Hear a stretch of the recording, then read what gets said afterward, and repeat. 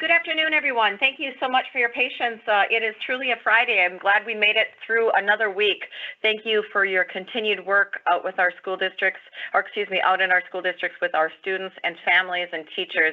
You're doing such an amazing job, and I truly appreciate it. I'm going to get right to it today and just give you the updates that we have provided today.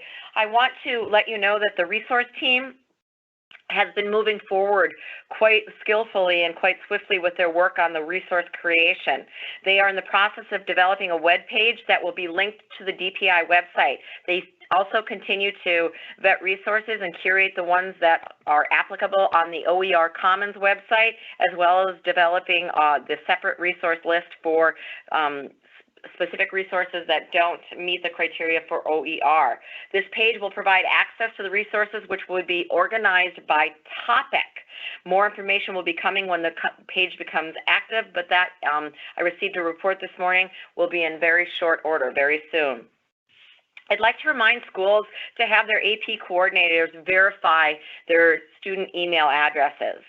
Some district-enabled email addresses block external emails, and so for those of you that have students that are waiting to take their AP exam online, they'll be receiving a code from College Board that they will need to receive in their inbox in order to take that AP exam. But if that's the case, if your school district blocks external emails, students won't receive their College Board emails containing that AP exam information. So the coordinator would need to download the student roster in the AP registration and ordering to check the email listed. So please reach out to us at DPI if you have any questions on that. If the email address blocks external emails, the district would then need to enable College Board emails and pass on guidance allowing these emails in order to get to our students. Homelessness. I want to chat with you a little bit about homelessness. Beth Steckler-Larson and I have been, Beth truly has been devoting a lot of time and energy. I was briefed on this late yesterday afternoon, but currently there are approximately 2,500 PK through 12 students experiencing homelessness right now in North Dakota. Homelessness is impacting attendance, participation, proficiency, and student engagement. We are seeing disruptions of where individuals are living, very stretched resources, and a lack of safety, structure, and consistency. Currently, we are tracking disruptions in current students who are experiencing homelessness, as well as new experiences of homelessness due to the COVID-19. Special Education had a parent support and advocacy group call yesterday, and for the most part, families are happy with the arrangements for services for their children and the amount of contact schools are providing with students and families. I'm so pleased and proud when I hear those things and when those parents and advocacy groups, support groups are sharing that with us. Thank you, and that is a true testament to the work that you are all doing to ensure that our students and families still feel connected, especially our students with the most special needs. However, there were some schools within districts that are not providing the same access to students with disabilities and really no opportunity for virtual learning, when at the same time, other schools within the district are providing virtual learning. The question asked to DPI was, why can these schools not use Teams to connect virtually with a student and family? And the answer is they can, actually. The legislature provided access for all schools with the K12.nd.us account. So all schools in North Dakota, all teachers, all students, they may not be using that K12.nd.us account, but they all have one. EduTech was able to provide each and every student and teacher in the state with access, which would make Teams a very viable resource and platform for teachers to connect with their students. So if you have questions about that, please reach out to your local school district leaders and or EduTech that helped with set up those accounts. There are still some concerns with some families that their student will not be graduating if they are not able to complete the work. DPI is encouraging families to reach out to the teachers and their districts. It truly is the best way to communicate, and those issues will be resolved at the local level. If the DPI or anyone at the department receives calls like that, we will generally follow up with the school district just as a courtesy to let them know that one of their constituents has called one of their patrons has called our office. Family engagement. There was a Learning Heroes virtual meeting yesterday that the Family Engagement Core team met with. They shared details on the statewide Family Engagement Work Plan and provided an update on the evolving Family Engagement Plan, which includes the voices of the Family Cabinet, development of a Family Engagement resource page, our Facebook group, and the creation of the PK-12 Alliance. Learning Heroes discussed several options and ideas for support, and the next step are that the core team will send our Family Engagement resources to review and for feedback, and the Learning Heroes will send us a one-pager of general guidance. We had a call today also with another national partner, Center for Innovative Education, who has agreed to help us facilitate the PK-12 Alliance, help us identify a goal and objectives and learning and objectives and deliverables that will be able to have a result, not just during this COVID event, but long after, as we strive to become better at working together as an alliance of leaders, students, teachers, and family members. The CARES Act relief funding team met yesterday. I shared this yesterday as well, but we expect and anticipate to have the state application for the CARES Act relief funding for North Dakota by next Thursday. They will allow retroactive expenses, and so for use of CARE dollars, as you guys plan to implement and develop your budget for these dollars, know that you will be eligible to look back as far as March 13th for any expenses that you've incurred. We are discussing the logistics of building the application and web grants and continuing to have registration.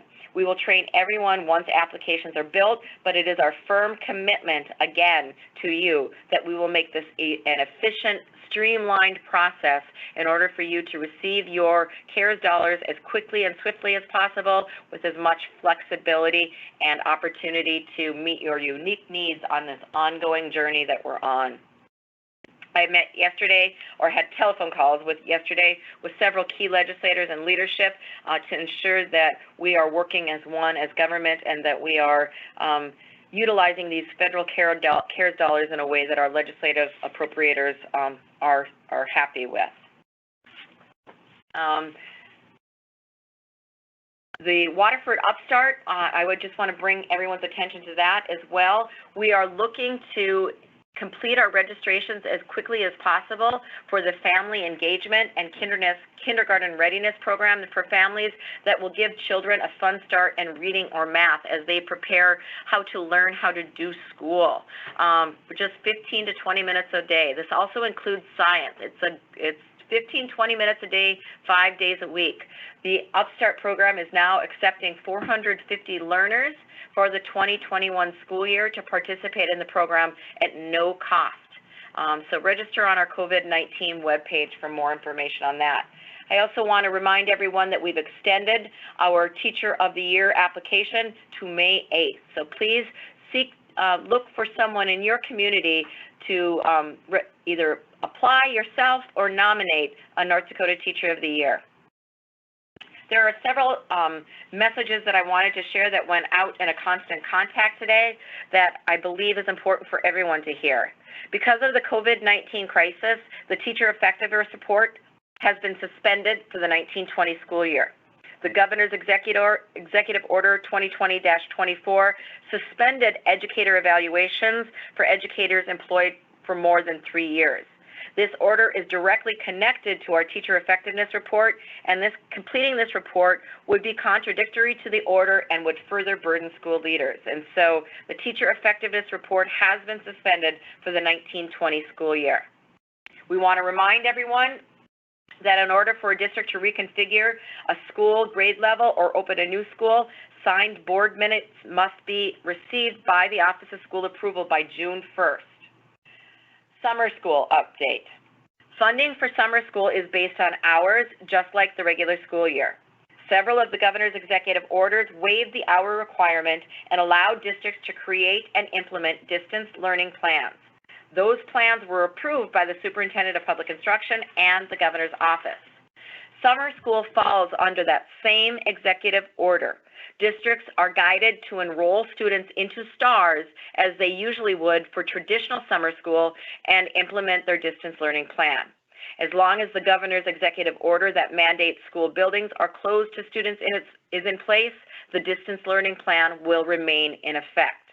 School leaders are to use their best professional judgment and lessons learned from the initial implementation of their distance learning plans to ensure students are meeting their learning needs in the summer school session. I want everyone to remember to save the date. I can't believe we're looking ahead towards fall already, but the 2020 Rural School Summit is scheduled to take place on Wednesday, October 28th in Bismarck. This event is conducted collaboratively by the North Dakota Department of Public Instruction and North Dakota Small Organized Schools. So please place this, save the date on your calendar. It will be the day before the North Dakota School Boards Association conference, and we are working with NDSBA to offer graduate credit for anyone who attends both events.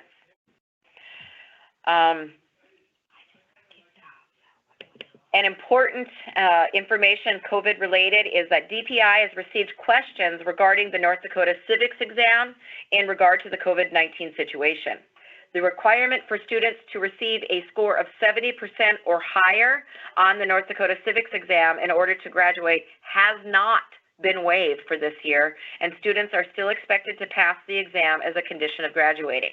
If you have seniors that have still not completed the civics exam, please administer it to them virtually as best you can. Both the high school unit time and 4-day school week extension waivers are due July 1st, 2020. That has not been waived or extended, so please, both waivers must be signed by your school board president and into our office by July 1st. I want to just remind everyone again about the academic and career and technical education scholarships. DPI has received numerous questions regarding ACT and WorkKeys testing options during the ongoing COVID-19 pandemic. Currently, no ACT or WorkKeys testing is being allowed. The April ACT date has been moved to June 13 national test date. So the April ACT testing date has been moved to the June 13 national test date. The WorkKeys exam currently cannot be taken due to circumstances surrounding COVID-19, and ACT at this point in time will not allow WorkKeys testing to be conducted in a home or virtually, as these are not considered secure testing environments. So, as I mentioned yesterday, I've been working with ACT leadership to help them understand the importance of finding a solution to the WorkKeys situation. They have found solutions to the ACT solution and the national test dates, but we must continue to work on WorkKeys. I expect they've committed to giving me an answer by the close of business on Monday. So with that, still that position or that decision still in uncertainty, we will continue to work with our governor's office on an executive order that would allow our students to still qualify for the academic and career and technical education scholarship, but exactly what the language of that executive order suspending which century code and how is still to be determined depending on our conversation with ACT on Monday. So with that, I will conclude today's update by thanking everyone again for their tremendously positive attitude and the hard work that they are all doing for our students and families across the state. Thank you so much and have a good weekend.